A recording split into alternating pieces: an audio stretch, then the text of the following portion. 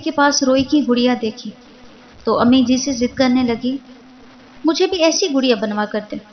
چھوٹی اولاد اور لاڈلی بیٹی ہونے کی وجہ سے میری تقریباً ساری ہی فرمائشیں پوری کی جاتی تھی۔ امی نے بھی گڑیا بنانے کا وعدہ کیا اور اگلے ہی دن سفید کپڑے پر پینسل سے ٹریس کر کے ایک مخصوص خاکہ کاٹا اور سوئی دھاگے کی مدد سے اسے سیا اور اس کے بعد اس میں روئی بھر دی۔ امی جی بہت نفیس کڑھائی کیا کرتی تھی لیکن کپڑے سلائی کرنا نہیں جانتی تھی۔ یہی وجہ ہے کہ سلائی مشین بھی نہیں ہوا کرتی تھی ہمارے گھر۔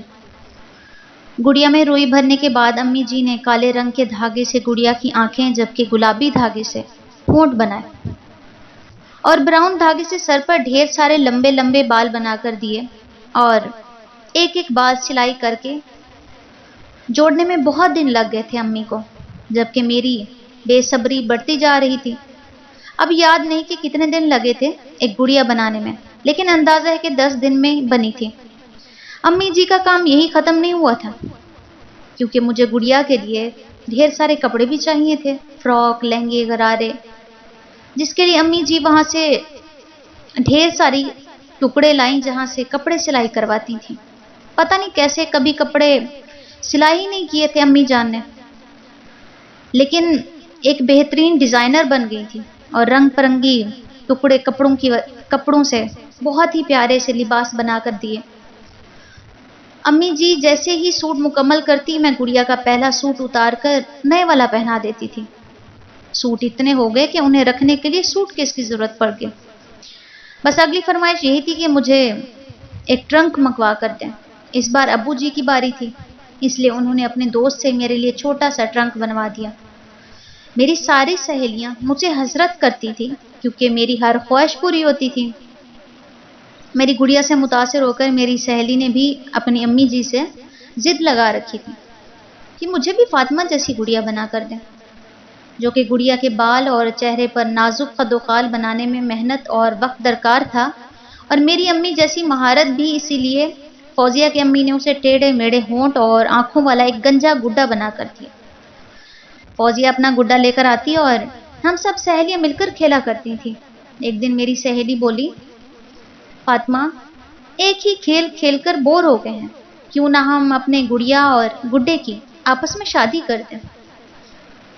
جسے سن کر میں فوراً ہی مان گئی۔ کہتے ہیں کہ لڑکی 9 سال کی عمر میں اپنے اندر ممتا محسوس کرنے لگتی ہے، جبکہ 9 سال کی ہو کر بھی اپنی ماں کی گود میں لیٹنا چاہتی ہے۔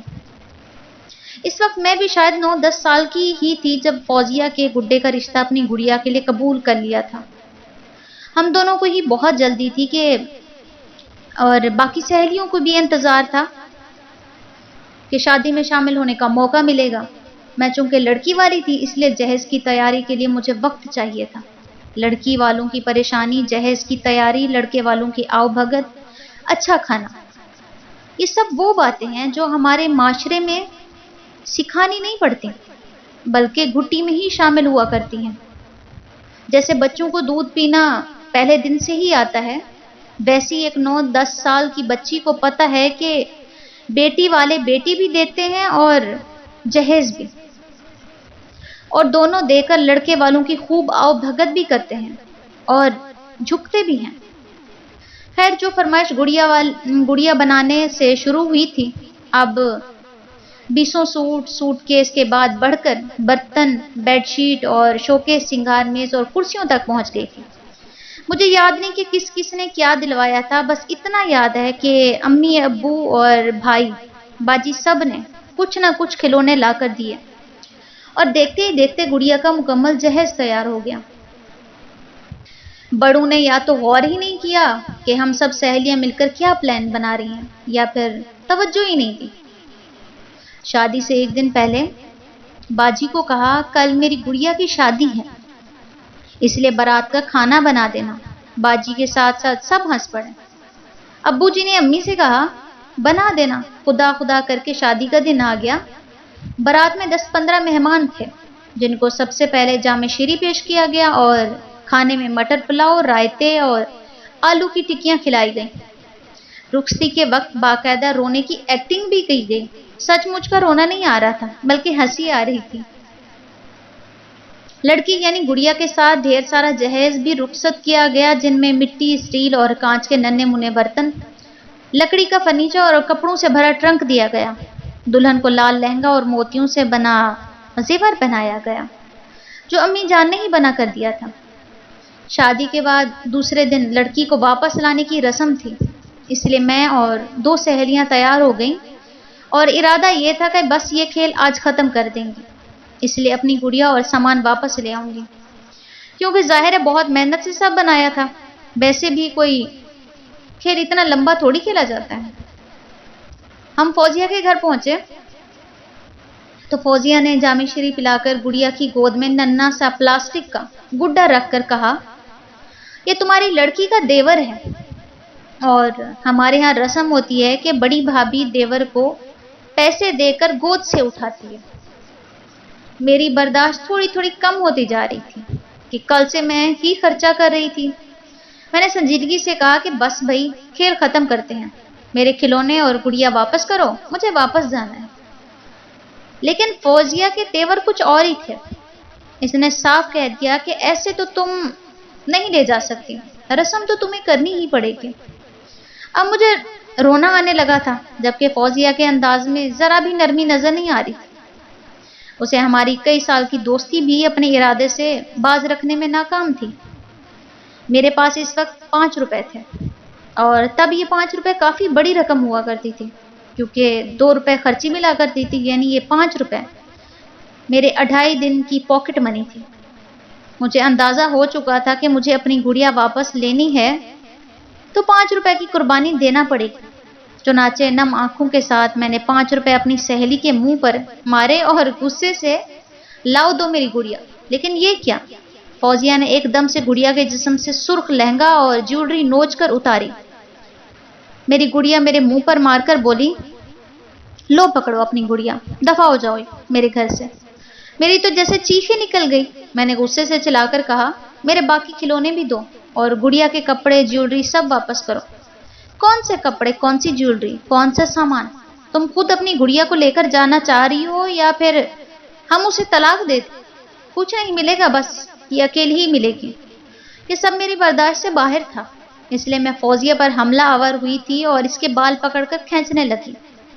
فوزیہ مجھ سے زیادہ طاقتور تھی یا پھر اپنے گھر میں ہونے کی وجہ سے زیادہ شہزور تھی۔ اس نے مجھ سے بال چھڑوا کر میری گڑیا کو بری طرح سے نوچ ڈالا۔ پاس ہی میز پر پڑی کینچی اٹھا کر بال کاٹ دیے۔ میرے چھڑواتے چھڑواتے 2-3 جگہ سے گڑیا کو کاٹ ڈالا، جس کی وجہ سے روئی نکل کر بکھرنے لگی تھی۔ بس اسی پر بلکہ مجھے دھکا دے کر باہر نکال دیا اور بیٹھک کی کنڈی لگا دی۔ میں 2 گلیاں روتے ہوئے خالی ہاتھ اپنے گھر پہنچی تھی۔ مجھے یاد نہیں امی کو کیا بتایا، بس یہ یاد ہے کہ مجھے دوبارہ گڑیا اور گڑیا کا جہیز بنا کر نہیں دیا گیا۔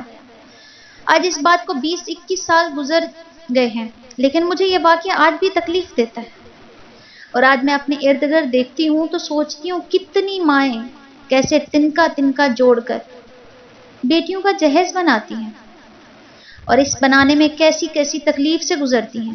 جیسے امی جی کے ہاتھ میں کتنی بار سوئی چبھی تھی، بالکل ویسے ہی اور کتنے لوگ ہیں جو دوسروں کی بیٹیوں کے ارمان اور ان کی عزت نفس کو ادھیڑ کر ان کی روح کو چھلنی کر دیتے ہیں۔ شادی کے کھانے میں 100 نقص نکالتے ہیں، جس کھانے میں باپ کی کمائی کے ساتھ خون پسینہ شامل ہوتا ہے۔ لوگ ڈکار مار کر ہضم کر جاتے ہیں، جہیز کا سامان تو فرمائشوں کے ساتھ لیا جاتا ہے۔ لیکن جب لوگوں پہ خود وقت آتا ہے تو اس وقت صورتحال کو سمجھتے ہی نہیں کہ کسی کا جگر کا ٹکڑا اگلے گھر دیا جاتا ہے۔ ماں کی لاڈلی شہزادیاں ہوتی ہیں بیٹیاں، اگر ان کو اگلے گھر میں تکلیف ملے تو مائیں رونے کے سوا کچھ بھی تو نہیں کر پاتی۔ ہر گڑیا دوبارہ تو نہیں بنتی۔ ظالموں، کسی کی گڑیا کو ادھیڑنے سے پہلے ایک بار تو سوچو، اس کو مکمل کرنے میں کتنے ہاتھوں نے زخم کھائے ہوں گے، کتنی آنکھوں سے آنسو بہے ہوں گے۔ یہ گڑیا جو تمہیں آسانی سے مل جاتی ہے، ان کو مکمل کرنے میں ماؤں کی زندگیاں لگتی ہیں۔ اگر آپ کو میری یہ سٹوری پسند آئی ہو تو میرے چینل کو لائک کریں، شیئر کریں، سبسکرائب کریں۔ اللہ حافظ۔